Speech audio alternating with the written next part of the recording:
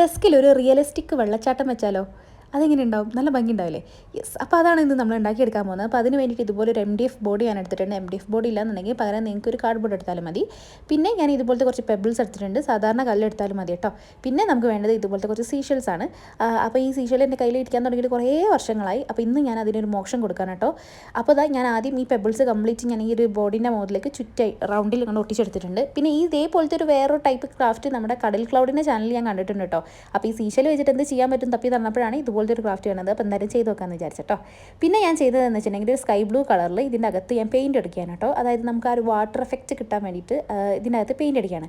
അപ്പോൾ ഞാൻ അതിൻ്റെ ബേസ് ആയിട്ട് ഒരു സ്കൈ ബ്ലൂ കളറിലാണ് ഞാൻ കംപ്ലീറ്റ് ഒന്ന് പെയിൻറ്റ് അടിച്ച് കൊടുക്കുന്നത് കേട്ടോ. അപ്പോൾ ഇതാ ഞാൻ പെയിൻറ്റൊക്കെ അടിച്ച് കഴിഞ്ഞിട്ടുണ്ട്.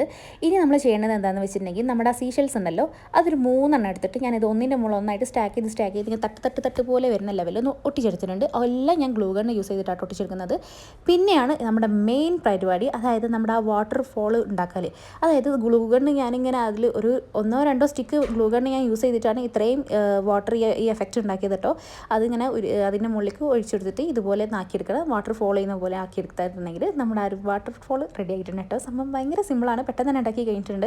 അപ്പോൾ നിങ്ങളെല്ലാവരും എന്തായാലും ട്രൈ ചെയ്ത് നോക്കുക. ഒരു അടിപൊളി ക്രാഫ്റ്റാണ്. നിങ്ങൾക്ക് ഇഷ്ടമായിട്ടുണ്ടെങ്കിൽ പിന്നെ നമ്മുടെ വീഡിയോ ലൈക്ക് ചെയ്യാനും ചാനൽ സബ്സ്ക്രൈബ് ചെയ്തില്ലെങ്കിൽ സബ്സ്ക്രൈബ് ചെയ്യാനും പിന്നെ അഭിപ്രായങ്ങളൊക്കെ ഒന്ന് കമൻറ്റ് ചെയ്ത് അറിയിക്കാനും മറക്കണ്ട കേട്ടോ. Bye bye.